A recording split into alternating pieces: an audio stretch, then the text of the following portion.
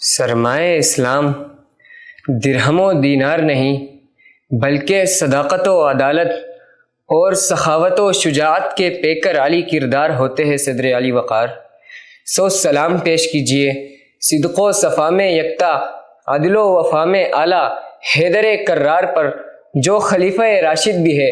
امام عادل بھی ہے، علم کا دروازہ بھی ہے، روحانیت کا مینارہ بھی ہے، شجاعت کا ستارہ بھی ہے۔ وہ علی جو قاری کتاب مبین ہے، وہ علی جو اسلام کا سرمایہ تسکین ہے کہ کارزار خیبر سجا ہوا ہے، مسلسل جد و جہد جاری ہے، جنگ کی بھرپور تیاری ہے، لشکر کفار ڈٹا ہوا ہے۔ حضور پاک اعلان فرماتے ہیں، کل میں جھنڈا اس کو عطا کروں گا جس سے اللہ اور اس کے رسول محبت کرتے ہوں گے۔ ہر مومن کے دل میں اس خوش نصیبی کی امنگ جاگ اٹھتی ہے، مگر خدا کا فیصلہ نبی کے حکم سے علی کے حق میں آتا ہے، اور پھر دنیا دیکھتی ہے کہ شیر شمشیر زن ان الذی سمتنی امی حیدرہ کی صدا لگاتے ہوئے، مرحب کو دو نیم کرتے ہوئے، اسلام کا سرمایہ تسکین بنتے ہوئے درے خیبر کو زور بازو سے اکھاڑ پھینکتے ہیں کہ نبی کا دستے مبارک تھا سر پہ خیبر میں، علی اکیلا ہزاروں پہ خاک ڈال گیا،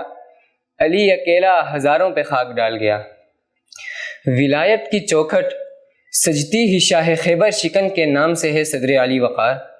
سو سلام پیش کیجیے اس عظیم ہستی پر جو مومن کے دل کا چین ہے، اسلام کا سرمایہ تسکین ہے، جو داماد رسول بھی ہے، شوہر بطول بھی ہے، جنہیں آقا اپنا بھائی قرار دیتے ہیں، شب ہجرت میں بستر عطا کرتے ہیں، مقام قبا پر انتظار فرماتے ہیں کہ جس کے عدل سے عدالتیں آباد ہوتی ہے، جس کے حلم سے نسلیں تسکین پاتی ہے، جو باب العلم بھی ہے، پیکر حلم بھی ہے۔ سو یہی وجہ ہے کہ قیامت تک کے عالم و صوفی اسی عظیم ہستی کے در سے فیضان علم حاصل کرتے رہیں گے، اور جو 21 رمضان کی رات کو فزتو ورب الکعبہ بے شک علی کامیاب ہو گیا کی صدا لگاتے ہوئے ہمیشہ کے لیے کامیاب ہو جاتے ہیں کہ یہ تیر، یہ تلوار، یہ سامان حرب سب شاعر کی نگاہوں میں دیوان علی ہے، کہ وہ غزوہ خیبر ہو، کہ خندق ہو، احد ہو، میدان ہے جتنے بھی وہ میدان علی ہے۔ کیا سالک و مجذوب،